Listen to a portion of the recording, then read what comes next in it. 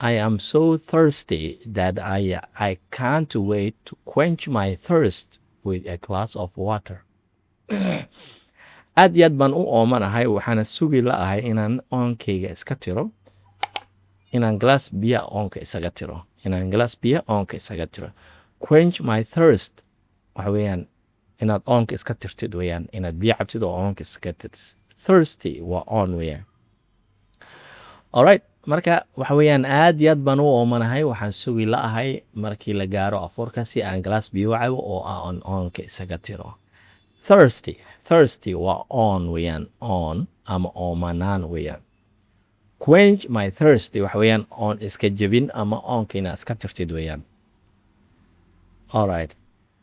qaybta labaad ayaan u gudbaynaa marka isku day inaad jumlo kale aad samaysato oo aad qaybta commentiga kusoo qorto erayadani adoo isticmaalayo qaybta labaad aan gudubno let's break our fast with some dates and water just as the Sunnah teaches us aan ku afurno timir iyo biyo sida ay sunnada ina farayso break our fast waxa weeyaan afurid weeyaan soonkii inaad jebisid weeyaan ayaa la dhaha break our fast just as waxa weeyaan sida oo kale weeyaan aan ku afurno timir iyo biyo dates waa timir weeyaan timir iyo biyo aan ku afurno sida ay sunnada na barayso Sunnah teaches us sida ay sunnada na barayso good break our fast waxa weeyaan waa afurid weeyaan just as waxa weeyaan sida weeyaan ama sida ay tahay weeyaan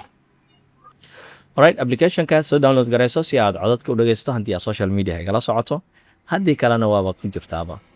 qaybta saddexaad ayaan u gudbaynaa we are very thankful of Allah waxaan leenahay we are very thankful to Allah for the food we have tonight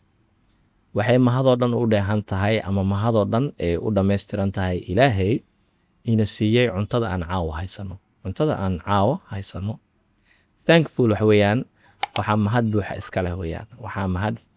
ama waxaan u mahadinaynaa weeyaan we are very thankful waxaan u mahadinaynaa ilaahay oo inoo suurtageliyey ina siiyey caawa waxaan cunno tonightna waa caawa weeyaan thankful tonight very easy somaan isku day markaa hal ama laba jumlo inaad qaybta commentiga kusoo qorto si aad